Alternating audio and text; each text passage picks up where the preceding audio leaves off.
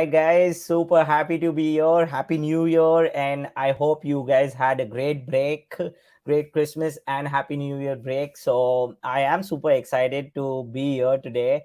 And guess who is the guest? My first guest is Sadie Lawrence on the Ravit Show today. Sadie is the founder and CEO of Women in Data, the number one community for women in AI and tech. Women in Data is a community of over 20,000 individuals and has a representation in 17 countries and 50 cities, which is fantastic, right?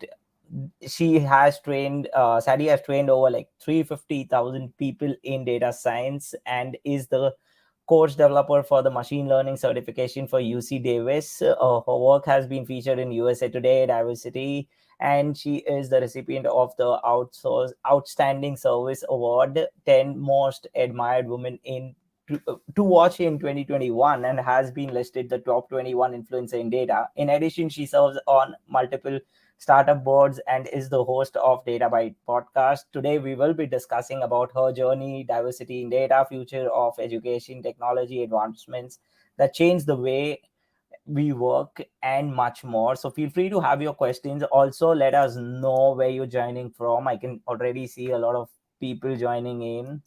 All right, Venkata is here. Kamal is here. Thank you. Hey, George. Happy New Year. George is here. Don't forget to follow George. He's the guy on Lights on Data who puts lights on data. So, yes. Also, quick announcement before we call in Sadie that we are giving away one annual subscription of 365 Data Science today. What you need to do is just type in this, which is hashtag 365 Data Science in the chat, and we will be announcing the winners towards the end of the show. So this will actually pick up the winners, and we'll do a raffle by end of the show. So let's not make our guest wait anymore, and let's bring Sadie. Hey, Sadie, welcome to the Ravit Show. Good morning, good evening, good afternoon. Thanks so much for having me. It's such a great way to be kicking off the new year with this conversation with you. Same here, Sadie. It's I've always seen you supporting women in data. You've done so much for the community.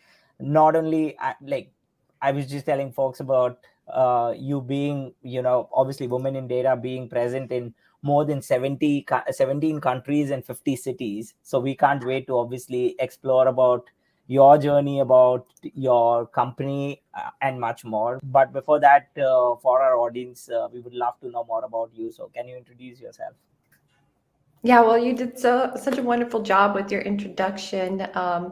Not to go on too much about myself, but yes, I started my journey into data science in 2014. After transitioning from piano performance and neuroscience, I finally found what stuck for me, which was data science, and was so happy I did because, I've enjoyed this industry so much because any function in business has data. And so really whatever area you're passionate about, you have the opportunity to apply those skills and study a subject that really interests you. And so I was so excited to find this area because it allowed me to follow my passion, but add on these new technical skills. And the community is just really amazing in this space. And, as you yourself probably know, leading a community and myself with women in data, it's really the people in this space that make it so exciting and engaging. And I'm excited to see what the future holds for this industry and the success of these communities as they continue to grow. Wow, this is super exciting, and definitely you've already made a mark there, and a very big mark, at least for the women in data, and you've encouraged them continuously. I've seen you talking so much around it. You've had so many people associated with women in data, which makes it so powerful. So, like Shruti says, so excited to learn more about women in data. So am I, Shruti, exactly. So to start with, obviously, we would want to know, I'm sure the audience also has this question, that what was the driving factor that made you start Women in Data? Yeah, so I really loved the saying that necessity is the mother, and that's how Women in Data started. It really was just from my own personal need of needing a community, but Right. also having a vision for more equality in the space. So In 2014, I was getting my master's in data science and was feeling a bit lonely from not having many people like me within the field to collaborate, but also knew that the potential of this field, that we needed to have more representation in this space. And so I started by launching just a first event in my local city. Um, Wow. we came from very humble back in the day, right, when we used to all meet in person, and that was how we connected. So it was a real event. And there was only one person that showed up to that first event. And Oh, thankfully, they brought, two people with them. But it really just takes one person standing up and one other person saying, hey, I'm down to support and to follow. And today now that little spark has grown into 20,000 people and is continuing to wow. grow. So it's just so exciting to see that when you reach out and say, hey, I see a need, I see an opportunity, I want to create community, I want more equality in this space, people will stand up and support and really come along and to thrive. Yeah, exactly. I think that is first thing. It takes a lot of courage when you started. You just had like one person bringing another and starting that off, and still now it's sitting at like 20,000 folks, which is super cool. And I can see, women in data being mentioned everywhere. It's like, I think it's not only a community that you've built, but you've actually come up with a moment where, okay, you need to have women in data, how, and I'm sure we'll be talking more around how diversity is actually making that difference in the industry as well. Why is it important to have that diversity? So can't wait. Just a few comments coming in from a few folks here. George says that's a huge accomplishment. I agree. And Shruti says community can make a great difference and create such a great impact in our career. Very true. Petri says, well done, Sadie. So Yeah, I love the comment of community can make such a difference because in women in true, data, we really like to say community equals courage, right? And it's true. so amazing that when you have somebody standing alongside you on your career journey, just how much more courage you have and that you can take those risks. And we all hear about all the time, like in business and in your career, you need to take risks, but that can be scary. So taking a risk is a lot better when you have a community supporting you for every step of that journey. Very true. And also, Petri has a question for you. Sadie, are you connected with Women in Tech? I'm sure you might be connected. Yes, definitely. Yeah, there's a lot of fantastic organizations to support diversity in different areas of technology, and I think it's fantastic because there's so much opportunity in this space. The more we can all work on this problem and collaborate, there is plenty to go around for everyone. So Very true. So, Petri, you got it. Okay. And also, I had a question around the folks that you have taught, because the number seems to be like super huge. So, how does it feel to train more than like 350,000 students? What were the common challenges they face, and how did you come up with a solution? I want to know more about it, the whole story. yeah, I every time I see that number, I am so surprised and kind of blown away by it as well. And for me, it's just really inspiring to think that that many people, one, are interested in data science, are taking the initiative to go learn and develop their skills. Like to me, when I see that number, I'm True. more inspired by the students because they're the ones who are putting all the hard work in to watch the lectures and take the assignments and to get those skills that they need for the future.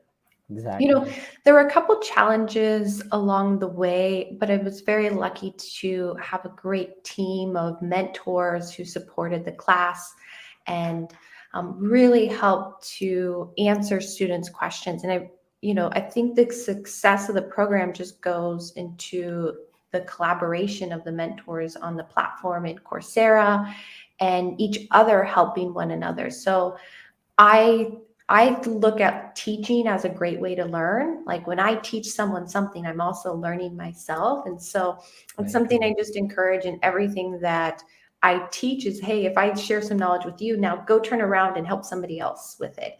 And I think that is why it's been so successful. It's a really like you learn and then you teach. And so it's a cyclical model that allows so many more people to come into the space.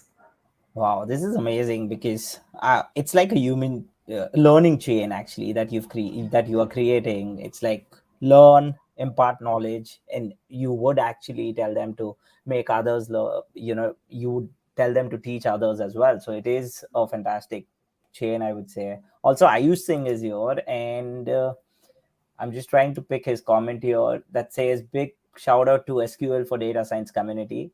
So that's Yes, amazing. nice to see you, Ayush. Ayush is one of the mentors in the SQL for Data Science class. So, Wow. like I mentioned, he's one of the people we should give most of the credit to for the success of this program.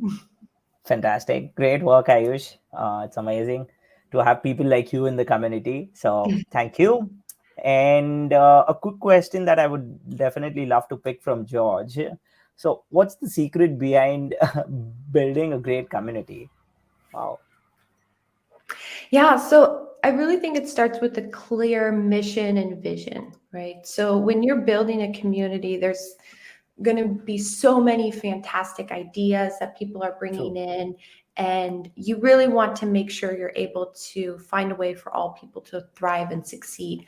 But within that, you need a framework. And so when you're building a community, having a vision for what that community looks like, knowing your mission, understanding what are the values of the community, those are going to be essential in terms of how do you moderate the community, how do you let people know who you are and communicate who you are. And so I would really start there with like, what is your vision? And I'm a big fan of drawing things out, taking quiet time to just sit and imagine it. And I think if you really have a clear picture in your mind and write that out and communicate it, people will be attracted to that vision. And it may start with one person, it may start with hundreds of people, but either way, you will attract the people who share the mission and vision that you share. Yeah, that's 100%. I agree with that. And also, a quick question. Actually, I would want to ask a follow-up question to George's. So, have you ever faced any of like what were the common challenges that you faced while building the community? Like you said, when you started up with the first meetup, it was just like two or three people showed up. So, how did you scale up to a level where you are today? Yeah, so the biggest thing you're going to need is to have persistence and patience and Yeah, consistency. So, I don't know if there's any people who are into crypto or Bitcoin, but in that community they talk a lot about like winter, and the winter is coming, right? There's going to be, and what they mean is there's highs and then there's lows, right? But you have to hang on for both of those. And there really are highs and lows within a community, but true. if you want to see it succeed, consistency is the biggest factor, And after the first meeting, yeah, we came from humble beginnings, and then things would go up, and there then were times where people would leave or more people would come in.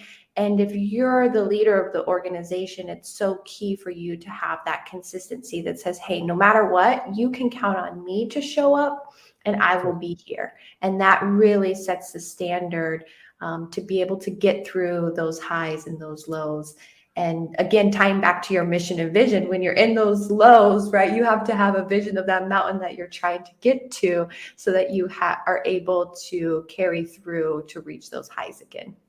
Very true. And Vikas agrees consistency is the key. And I agree about that as well, because what I feel is you just need to hit the hammer right in minds of people what you are wanting to share. You need to be a visionary before even starting a community. You need to make sure how will you serve the community, how will it be helpful, because it's more around the place where you need to be a giver. And I'm sure, Sadie, with your courses, with the knowledge that you're imparting, it is helping a lot of women out there. It is not only helping the women, but also everyone out there in as a whole. So I think that makes you unique and that makes you outstanding. And I totally, when I said, when I was reading your bio, I mentioned about those awards. Those are well deserved awards. So congratulations on that.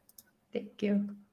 Okay, so obviously, Sadie, when we talk about obviously the courses that you've built in data science, I would love to know more about your thoughts on what, according to you, are the top skills of a data leader that you think. Yeah, so from a data leadership perspective, really the top skill is to Mhm. have a deep understanding of the business and to make friends with other people in the business. So, Yeah. whatever your level of expertise in a data career is, that you know that if you work in a silo, you're not going to be able to see the results and activate the impact of what you're creating with data unless you partner with other people. And so, from a data leadership perspective, you really need Wow. to understand the strategic business objectives and then take your team as a data organization to match those and support those along every step of the way. So I think it starts with that, understanding of the business, being a great partner to stakeholders, and then you get into the technical side, right? So knowing, Right. having a deep understanding of data architecture, of data governance, understanding statistics and algorithms and how these are created. And then last but not least, the people management, right? So I like to tell people that, data is out there and everywhere, but we don't activate value from the data unless it's by people, right? People are the ones who are creating the models, who are creating the True. pipelines, who are creating the systems. And so, really knowing how to see people's skills to develop those skills. So, understanding where education is going and the best ways for people to learn, and then building those pathways for people to succeed is essential. Very true. And that is a super helpful answer. Thanks for that, Sadie. It does make a lot of sense. And George is happy because data governance is mentioned, and he talks a lot around data governance. If you want to learn, like, if folks around who are watching this show, if you want to learn about data governance, go meet George. He is like the real advocate for data governance. So, yes. Thanks, George. Okay. There's Mike Nash says, great answers. If you're passionate with vision, it will pull you through. I agree. And also, Petri has a question that is around your vision. So, what is your vision, Sadie? Yeah, so I have a couple different visions. So I don't know if you're asking for women in data or for myself, right? So I can talk a little bit about both of them. So Yeah. I manage my personal life somewhat like a business. So I have, a 5-year personal plan for my life, a 10-year plan.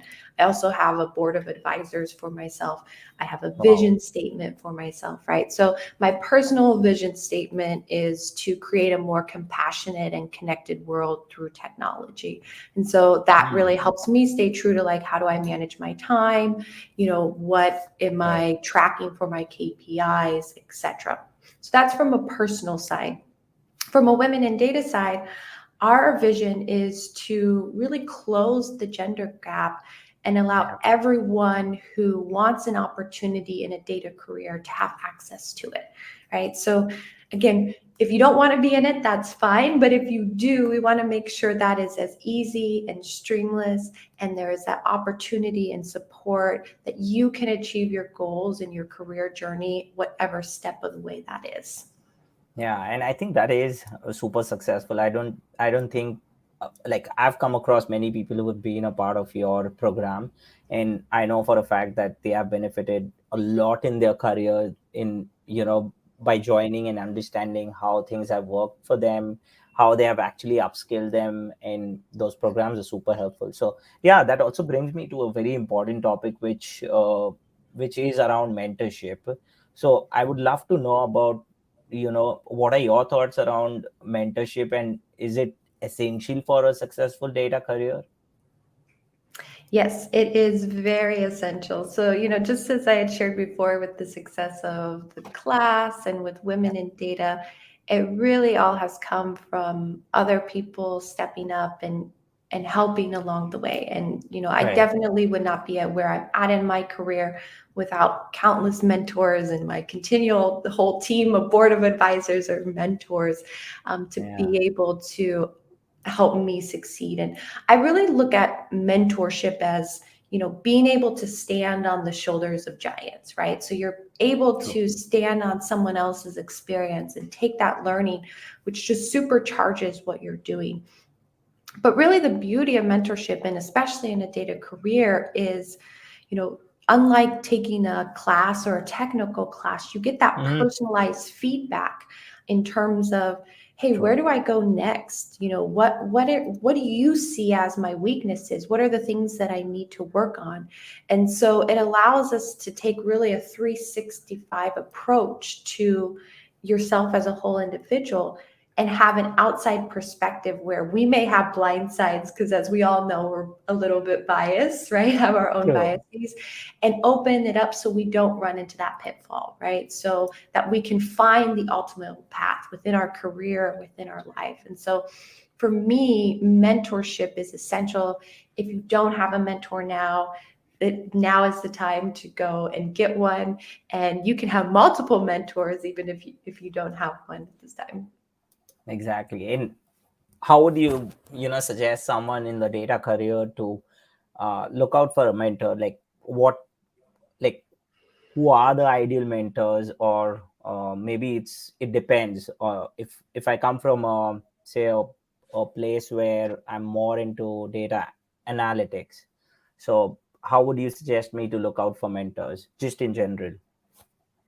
Yeah, so a couple key things. I would say, one, diversify your members, and two, find someone who's just a step or two steps above you, right? So if you're just looking to get into a data career, probably talking to a CDO, a chief data officer, is not your best step, right? You're Mhm. looking on, how do I get a job? What tools do I need to learn?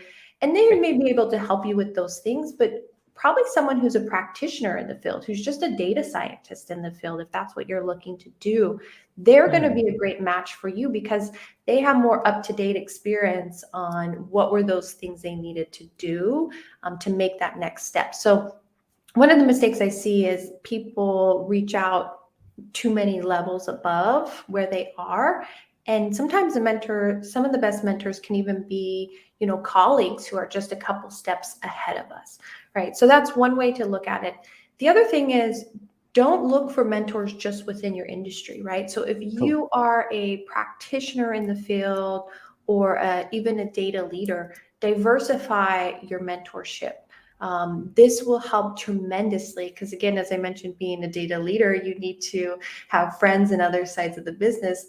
Having people with a new and fresh perspective is, again, True. going to help highlight where you're biased, what skills can you pull in from outside industries, and that will really help you round up and shape, where you're looking to go for your career. Truly, I agree. And also, this is a very important point, and I see a very important point made in the comments as well by Shruti Jain. She says, I think a mentor would be someone who you would like to be, or who is doing exactly what you want to do in the future. So it does make sense in terms of looking at the role models and thinking of having them as the mentors as well. I think that's a fantastic comment. One of the key things there is the respect level that she's getting to, right? Which is someone that True. you respect. And I think one of the things I've found for finding mentors is finding people who share my values, right? So they could be from a different industry, but if we share the same values, right, then Yeah. we're going to have a strong connection to be able to achieve what we want to achieve. Very true. And also in terms of, since we are, I'm shifting a gears bit here, but since we are in 2022, and I've been waiting to ask you this question since the time we have decided to actually go on air, is about the trends in data science that you actually you see in 2022, or maybe you feel that these are the trends which will actually make the difference in this coming year in data science. Yeah, great question.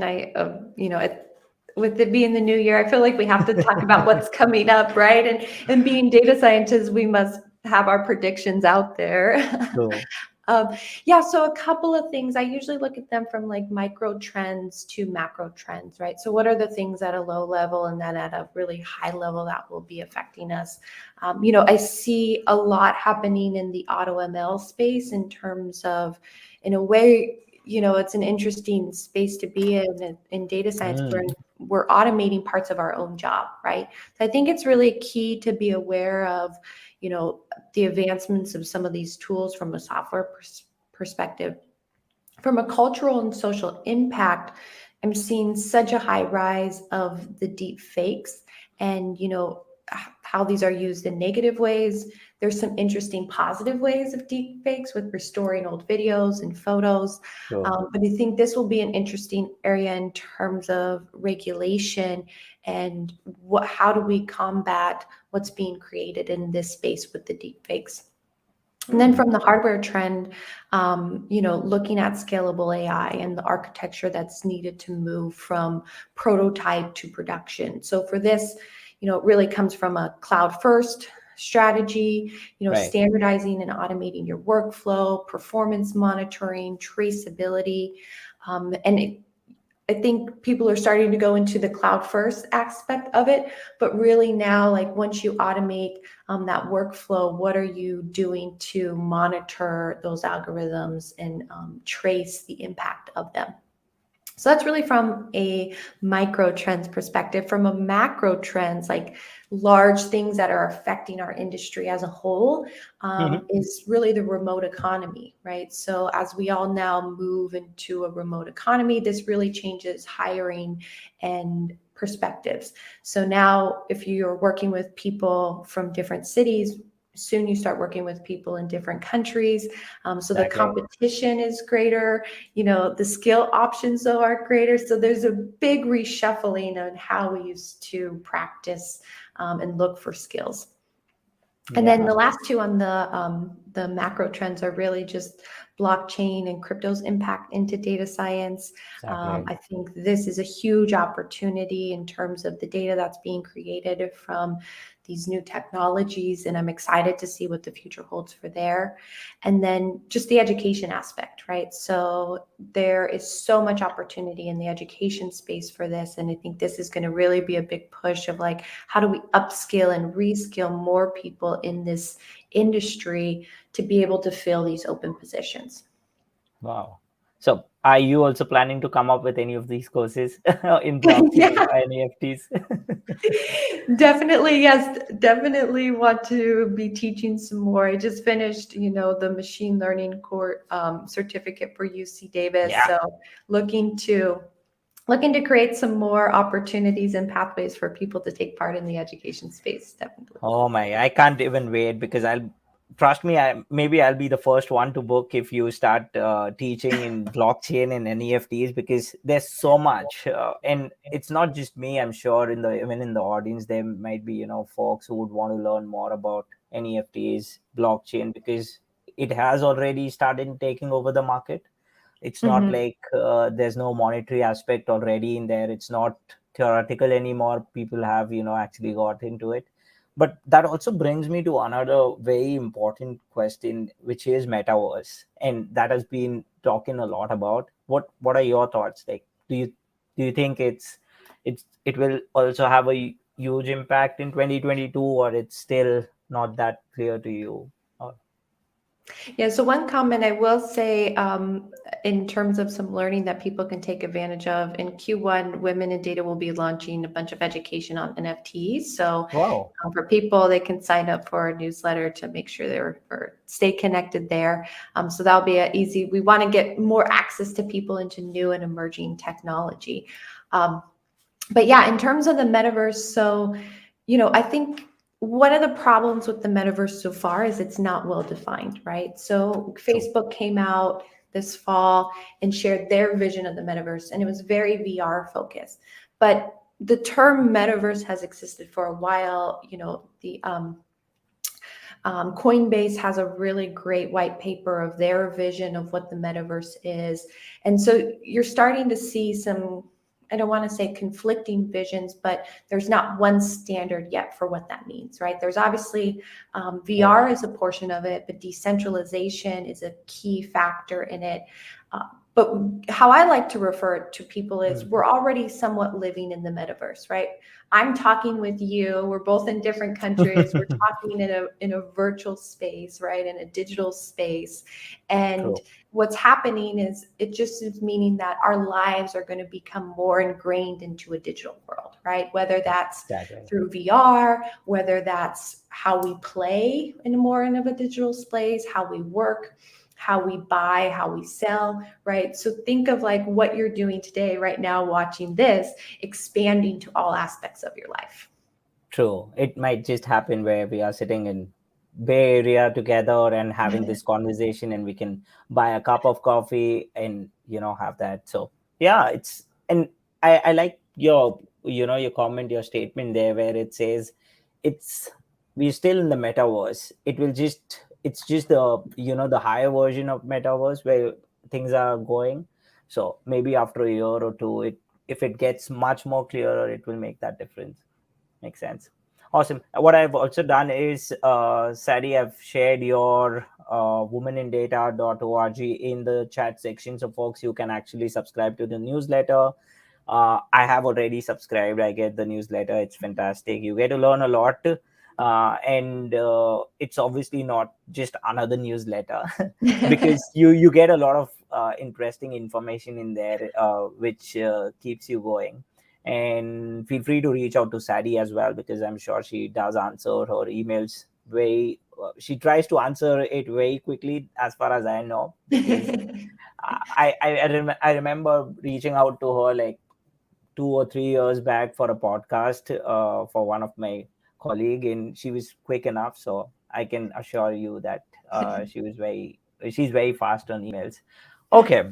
Uh, Getting back to the questions in the chat, we have a few questions. Let's take Mike's question. It is said that there is roughly 15% of data scientists are women and 26% in data and analytics. What is your advice for encouraging more women in data-driven world? Wow. Yeah, well, thanks so much for the question, Mike. And I love that you know those stats so accurately off the bat. It's fantastic. Yeah, so there is a lot of things that can be done. So within women in data, we look at it through 3 pillars, which is awareness, education, and then advancement. So the first on the awareness side is just letting people know that this is a career opportunity that exists and that this is something you can transition to, right? So this is something that whether you've worked in food service industries or marketing, these are skills you can learn and transition. So it's a very open community, and spreading that awareness and spreading the awareness for the 50 jobs that exist within a data career, right? So there's been a really great graphic floating around Twitter and LinkedIn in terms of the family of data careers. It's not just data science. And I think True. sharing more awareness to the nuances and the opportunity in this space is really key. The other area is really supporting those within your organization or those around you. So being a mentor is a great way, sharing groups and resources with them, and then being an ally and a sponsor. So speaking up for those who may feel like they don't have a voice and being somebody who stands alongside of them.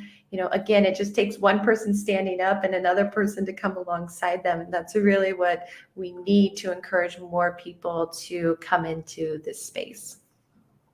Very true. I think it is like the golden advice that has come.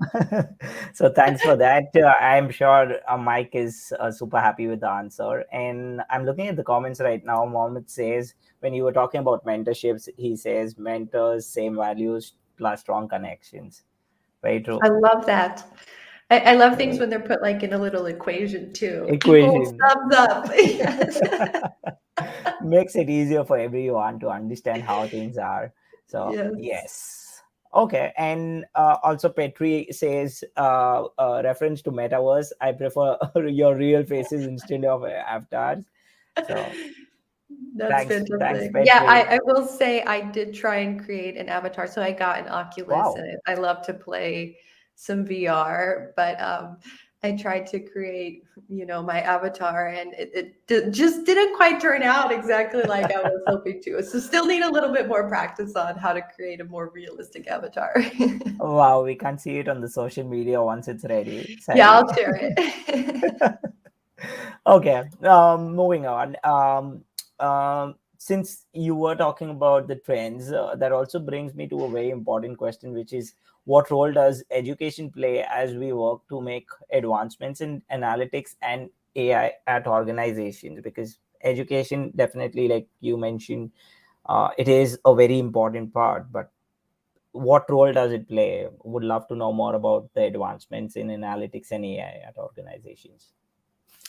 Yeah, so this really comes to tech organizations being able to adapt new technologies. So the Right. World Economic Forum has a report, it's the jobs report, and it's from 2020. And they found that 54% of organizations are not Mm-hmm. adapting new technology because they don't feel like their people have the skill for it if they do, or that the job market and who they're looking to hire, they'll be able to find those people with the skills. So when we don't embrace education at every level, right? I think we've kind of come to finally understand that education does not stop at a bachelor's or a master's. This is a lifelong learning approach that we must take as people working in technology.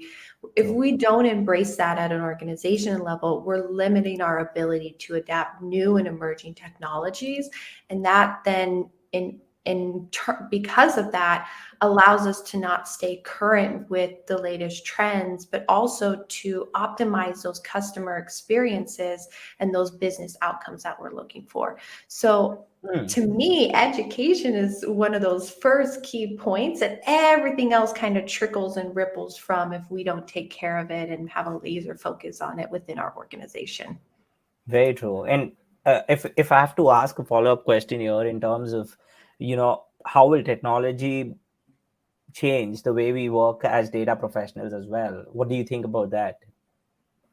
Yeah, so one of the big reasons that I got an Oculus and have been playing with VR is because I really wanted to see what this space would do for the way we work. And so, True. they have workspaces on there. I think it's going to be a year or so before people really start having working meetings there. Mm-hmm. But I think it really is the next steps in terms of how we're able to collaborate. So, playing with some of the painting features, I'm already just seeing like what happens when data comes to life, right? So now we're looking at Yeah. it in a 2D version within a dashboard. But what happens when you can walk around with the data and feel the data and touch it and move it and slice it? And it's really going to change the opportunity of what we're able to do with it. And so as we see this new technology emerge, just as the way we've all changed how we work in terms of moving to remote work in the last two True. years, that evolution isn't going to stop, right? Now we're going to, as we talked about before, we're probably going to get more and more ingrained into this digital world, which the True. metaverse is, and that's going to affect every area of our lives, but especially as data professionals in terms of how we're designing workflows, how we're collaborating with people, and how we're sharing that connection. Yeah, that is, I think, super important. And you've just hit the nail very right in terms of, putting it together. So thanks for that, Sadie. Also, we have a very interesting question in there from Josimar. Okay, let's take this question. Career on data science is really a journey, and nowadays there's a lot of content about the issue. If you could name the first three steps for someone trying to dive in this journey, what those would be? Interesting. Yeah, that's a good question there. It's a very different time. So when I started, there wasn't as much information out there. And right now you can definitely feel a little information overload in this space. So I like to first have a really clear picture of what my end goal is and where I want to go. Right. So I always start with the end in mind and then work backwards. So let's say you want to be a data scientist. And if that is your end goal, then what I do is map out kind of where am I today, right? What are my strengths? What are my weaknesses? And a lot of people look at this just from a technical side of things, but you may have really good business domain expertise, and that is a strength that you should carry into your data science career. As I mentioned before, in data science, you can apply it to anything. So why not apply it to that business domain knowledge you already have, or that technical knowledge you already have? But in terms of like technical learning then for that roadmap, I really look at it in terms of kind of a tech stack, right? So if you go into a tech stack, you're looking at like, how do we store the data, right? So to be able to understand and store and read and write the data, you need to know SQL. In addition to that, you probably want to learn some cloud computing architecture, whether that be AWS, GCP, Azure, right? So that fills in your base layer of the data storage. Then from there, you have your analysis of the data. And I usually tell people to pick a language. I recommend Python, but you can pick Python or R, whatever, and focus on that and master one language for that analysis. And then after you do that, you go up one more layer, which is how do I visualize and communicate these results, right? And for that, again, if you're starting out, I tell people pick one tool. I don't care what it is. It can be Tableau, Power BI, Click, whatever, but master that tool and master really the practice of like, how do I communicate in a meaningful way? And I think if you take those 3 steps from a technical side, you'll be on your way to success. Okay, these are golden tips. Thanks for that question, Josimir, and amazing explanation, Sadie. Thanks for that. We have more folks joining us. We have Scott Taylor, the data whisperer here. Hey, Scott, thanks for joining. Kate is here. Kate is happy to see you on the Ravit Show. Thanks, Kate. Always good to see both of them. I know Kate Yes. came on our podcast, and Scott came and spoke at one of our Women in Data events. So always good to see friends. Kate is on a roll. I'm sure. I know for a fact she's coming up with another Data-Cated conference, which is happening in a few months. So can't wait to see another good event from her side. She's like the real community builder. If you guys want to actually learn more about the Data-Cated circle, go join her Data-Cated inner circle, which is amazing. She talks a lot around the education materials and so much like goals. If you talk about goals as well, there's so much that Kate does. So thanks, Kate, for always keeping us up to the mark. Okay, so Sadie, I know there are a flood of questions coming in, but want to take these questions that I thought, obviously are more around your plans. So would love to know what are you planning for 2022, like in Women in Data Science, like in Women in Data? Or how do you see, how do you plan to put courses or say mentorships? How are those things happening? Would want to learn more about them. Yeah, so we'll keep with running all of our core programs. So in our core programs, we have a mentorship program. And one of the reasons why I love to talk about mentorship. So that will continue. It runs every quarter, and we're taking applications now. We also have study groups. So we work with Data Camp and do assessments and then learning pathways and work in learning as a community. So those will continue. And then in addition, we also have life coaching and a residency program. So the residency program allows people to get hands-on experience working on a project and working as a team with a coach and a mentor. So all of our core programs from that side will continue, along with, our usual events and networking from that side. But we're launching a couple new things that I'm really excited to share. Again, we're having some workshops and some trainings around NFTs, and we'll be launching an NFT collection in terms of supporting more diversity and providing more access pathways to diverse audiences into this space. And then in addition, we'll be doing we'll also be having a datathon later in May. So the datathon is a continuation of a study we've been doing of the new normal, of what the new normal looks like for women working in this space. We started this in terms of doing a survey and focus groups and taking that data, and that will now roll up into a datathon where we'll be analyzing how do diverse audiences succeed in this space. So lots of things coming out. That's just some of the tip of the iceberg, but yeah, really looking forward to what we have planned for this next year.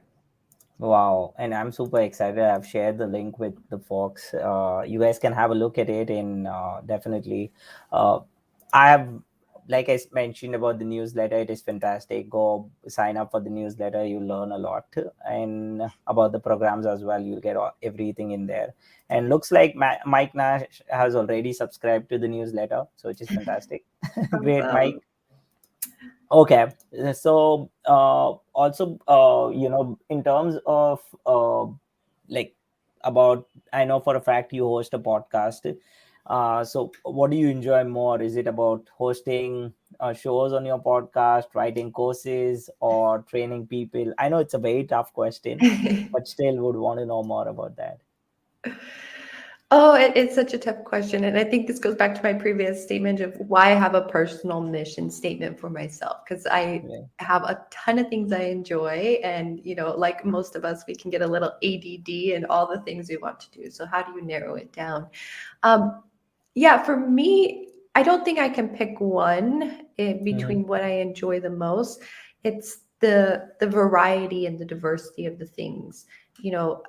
There's so many new things to learn from podcasting and asking guests questions. I've really enjoyed that experience of like, how do you really ask engaging questions? And so for me, like, I love that aspect because I get to learn from guests and I get Exactly. to, have learn better communication myself.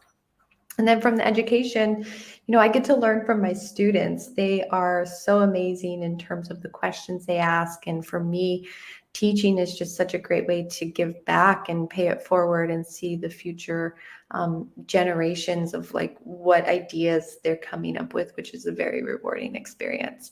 And then Right. last but not least, I'd probably say the women in data is probably my favorite, though. This community inspires me so much in terms of how they support one another, how they're helping each other on every step of their career journey. And each day I just feel very humbled and honored to be a part of the organization and lead the organization. And so if I have to pick one, I would probably say women in data. Wow, and that is amazing, and I thought so. So also that, we've spoken a lot around data science, but I wanted to touch this, like I promised to everyone, obviously, that we'll be talking about diversity, and would want to learn more about what are the benefits of diverse teams, and why do many companies struggle with diversity? Like, what do you think about it?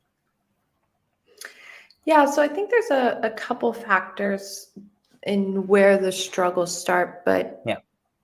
the benefits of diverse teams is really in terms of being able to see those blind spots. So again, as I mentioned Mhm. before, we all have our own biases and we're all coming in with different experiences.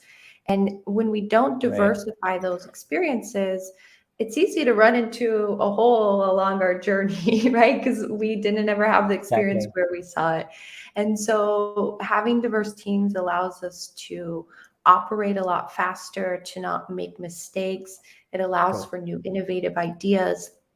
And it allows for better solutions for our customers as well. So there's a ton of benefits. I mean, we know that diverse teams that have more equal representation have Mhm. better performance year over year, right? So even from a financial perspective, right, there's a benefit there. But I think why we struggle with it so much is really in terms of understanding, what does it look like? What does an environment look like where all can succeed, right? So I like to Very use true. an example of gardening. This was a COVID hobby that I started, right? And what I found was, there were certain there were certain plants that I would have that would do better than others, right? And my job as that caretaker and curator of my garden was to find a way for all the things that I had planted to be able to grow. And I think, a lot of times we look at this from a numbers perspective, and, that's important as a key metric, but more so in really looking at is like, are we creating environments that everyone can take the career opportunity they want to and succeed in the life that they want to have? Wow. I think you've like summed it up so well. I can't even have a follow-up question to this. Sadie, thanks for that information. Also, that brings me to another important question, which is around what does success look like in DNA? Yeah, so again, it really goes back to where all individuals can succeed and thrive. And what I think that looks like is in terms of, some of the metrics in terms of representation, right? Like if we are seeing low representation in gender and ethnicity and disability, right? We need to dive into that further and say, why is that happening, right? Again, especially being data scientists, right? If a number is low, we need to look and see, okay, this is a signal that something is off here, right? Like what is happening that is allowing, different audiences to not be able to thrive in this area. So I really look at it as just diversity and inclusion, and being successful there is where all individuals can succeed and thrive. Right. And that is amazing. Thanks for that answer. Mike says, so true. It's a diverse world. Addressing diversity can bring bigger opportunities for all in the longer term game. I agree. Mike has a lot of great comments. Thank you, Mike. I love that one. I know for a fact Mike is always so active in the data community. He has such amazing insights in the AI world as well. So thanks for always sharing amazing insights, Mike. Okay. Since we had a competition in here as well, which we had like a raffle for our sponsor, and let's do this for the folks who have joined us late. We are giving away one annual subscription of 365 Data Science, so you guys can actually quickly type in hashtag 365 Data Science in the comment section, and in just after one question I'll be going up for the raffle. So this was fantastic, Sadie. Thanks for all the information, and thanks for the amazing insights that you have shared and everything that you do for the women in data. You have actually, your journey has been super inspirational. Actually, I have two questions for you. One is for the audience that I want to ask is around the educational places. So according to you, which are the educational places you would recommend someone who wants to start their data science journey? Because I've been often asked about it, and I think you are the right person people should come and ask about it. So please tell us more about it. Yeah, so there's obviously a lot of fantastic platforms out there in educational institutions, but since there is so much information, I actually recommend people go to communities first, right? So communities like this community on the Ravit Show, the dedicated community, Women in Data.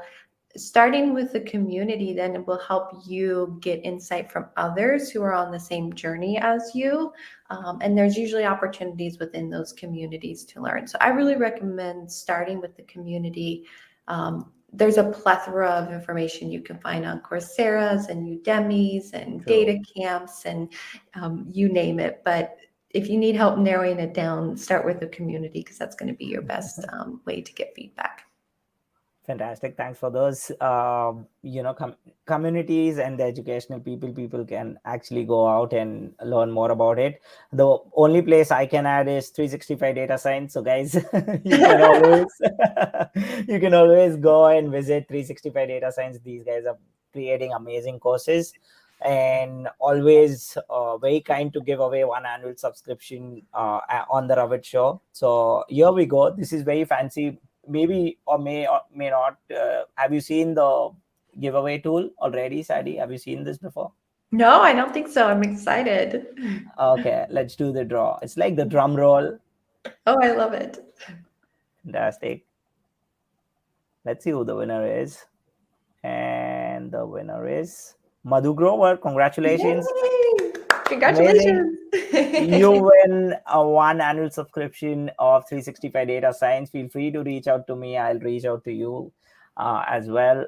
So yeah, that's more or less. Also, one question for the audience, Sadie, that is, if folks want to reach out to you, they want to learn more about the courses that you are creating, more about the mentorship program, more about women in data. How can they participate? How can they be a part of the chapter that you create every time?